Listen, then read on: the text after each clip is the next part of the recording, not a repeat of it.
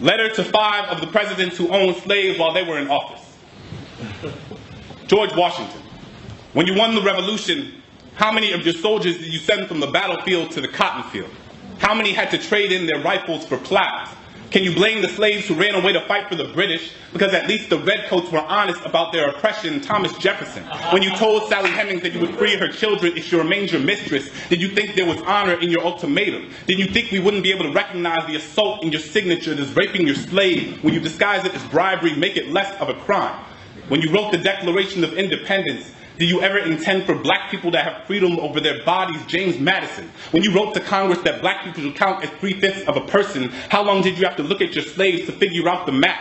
Was it easy to chop them up? Did you think they'd be happy being more than just half human? James Monroe, when you proposed sending slaves back to Africa, did black bodies feel like rented tools? When you branded them, did a scar in their chest include an expiration date? When you named the country Liberia, were you trying to be ironic? Does this really count as liberation? Andrew Jackson, was the Trail of Tears not enough for you? Was killing Cherokee, Choctaw, Creeks, Seminoles not enough to quench your imperialism?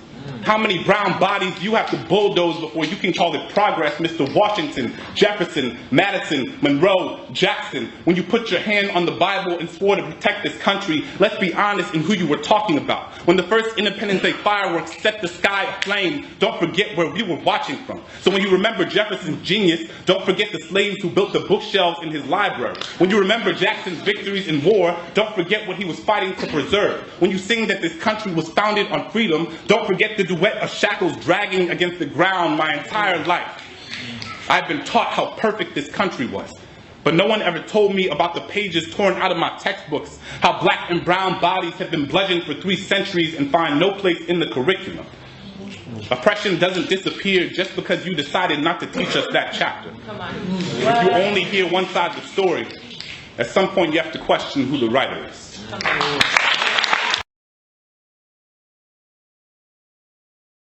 Makes me want to learn more about our founding fathers. To the library! Yeah!